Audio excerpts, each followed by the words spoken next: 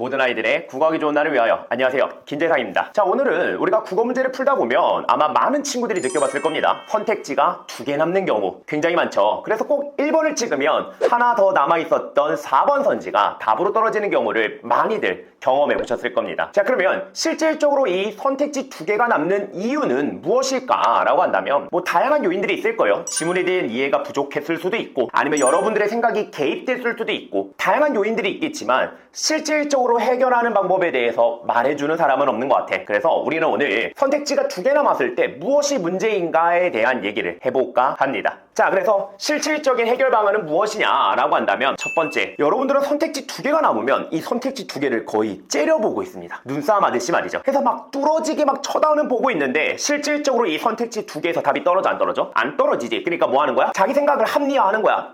4번이 좀 더 맞는 것 같은데? 4번이 좀 더 안 나온 것 같은데? 이런 식으로 합리화 과정을 통해서 4번을 찍었다가 틀리는 경우들이 많았을 겁니다. 제가 답답한 거는 선택지가 헷갈리면 지문으로 돌아가셔야죠. 지문의 근거에서 다시 한번 찾아주려고 여러분들이 노력을 했어야 됐을 겁니다. 왜냐? 국어시험은 지문을 읽는 거니까. 어쨌든 읽기라는 것에서 벗어날 수 없다라는 거를 감안하시고요. 영역별로 조금 더 디테일하게 얘기를 해보도록 하겠습니다.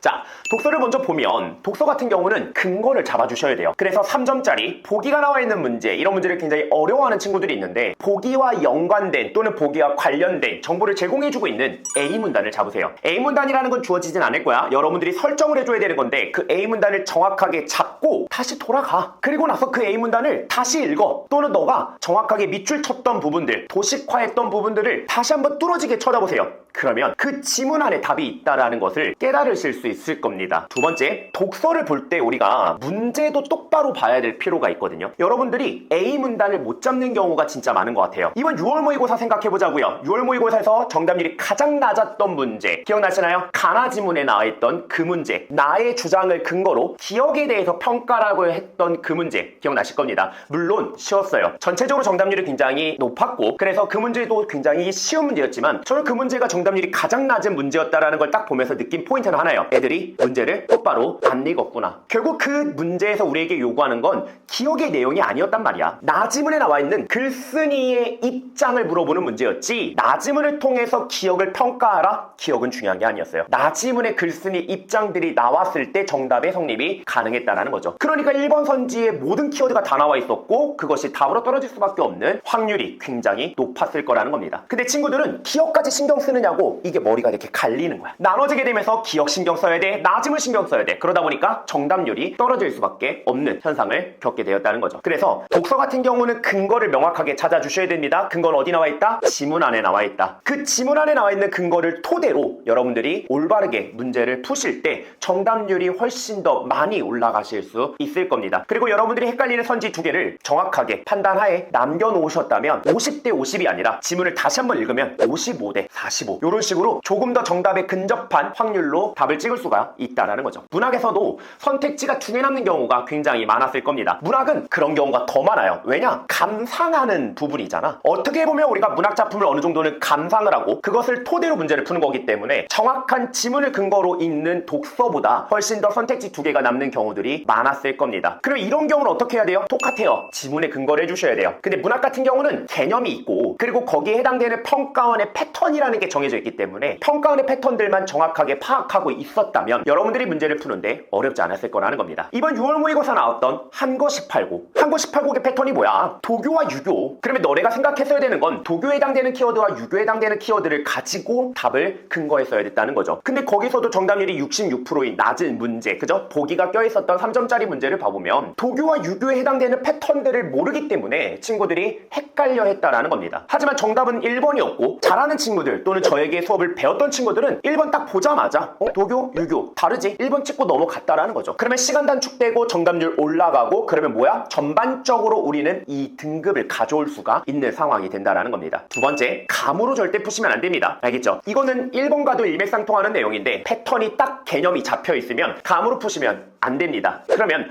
어떤 식으로 풀어야 돼요? 라고 한다면 EBS 연계 느끼셔야 됩니다. 처음에 올해 초만 하더라도 수특이 딱 나왔을 때 저는 간접 연계를 주장했어요. 이거는 저는 구모까지도 더 지켜봐야 된다라는 입장이긴 하지만 실질적으로 독서의 난이도가 낮아질 거고 문학의 난이도를 조금 높일 거라는 거를 추측해 볼 수 있었습니다. 저는 문학의 난이도를 간접 연계를 통해서 높일 거라고 생각을 했는데 직접 연계로도 충분히 문학의 난이도를 높이는 게 가능했더라고요. 그거는 무슨 말이야? 여러분들이 공부를 안 했다라는 거겠죠. 직접 연계가 세 지문이 나왔습니다. 고전소설의 상사동기, 그 다음 현대시의 맹세, 그리고 고전시가의 한거 18고. 이거 세 지문 못 느꼈어? 그러면 잘못된 거야. 느껴야 돼. 다시 맹세라는 제목 보고 이거 어디서 봤던 건데? 이거 말고 맹세 주제 뭐지? 제일 많이 나오는 표현법, 불가능한 상황을 가정하고 있지. 이게 머릿속에 따다닥 그려져야 된다는 거예요. 이거를 기억한 친구와 그렇지 않은 친구는 정답률이 현저하게 많이 차이가 났습니다. 이번 6월 모의고사에서 정답률이 가장 낮았던 문제는 조지훈 시인의 맹세가 나와 있는 현대시였어요. 문학에서 정답률 40%대면은 초초초 고난이도 문제라고 보시면 돼요. 그런 문제들을 우리가 선별하고 빠르게 캐치함으로써 시간을 단축하기 위해서는 EBS 연계 느끼셔야만 합니다. 솔직히 세 지문이나 똑같이 나오는데 아직도 EBS 연계 중요하지 않다라고 하는 강사들의 입장은 저는 이해할 수가 없습니다.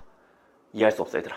느껴야 돼. 실제로 저희 학원에서 문학을 굉장히 못하는 친구 있었거든요. 연계 다 느꼈고 다 맞았습니다. 시간 몇 분 걸렸어? 물어보니까 3분밖에 안 걸렸대요. 맹세 푸는데 3분, 단거 18고 5분 안팎이었다고 얘기를 하더라고요. 이렇게 생각하면 얘들아, 우리가 EBS 연계 지문을 꼭 봐야 되는 이유가, 당위성이 생겨나는 거겠죠. 자, 이런 것을 토대로 여러분들이 선택지가 2개가 남았을 때 조금 더 현명하게, 조금 더 정답에 근접한 답을 찍을 수 있었으면 좋겠습니다. 오늘 저의 이런 코멘트들이 여러분들에게 확실하게 도움이 됐으면 좋겠고요. 도움이 됐다면 좋아요와 구독 화이팅!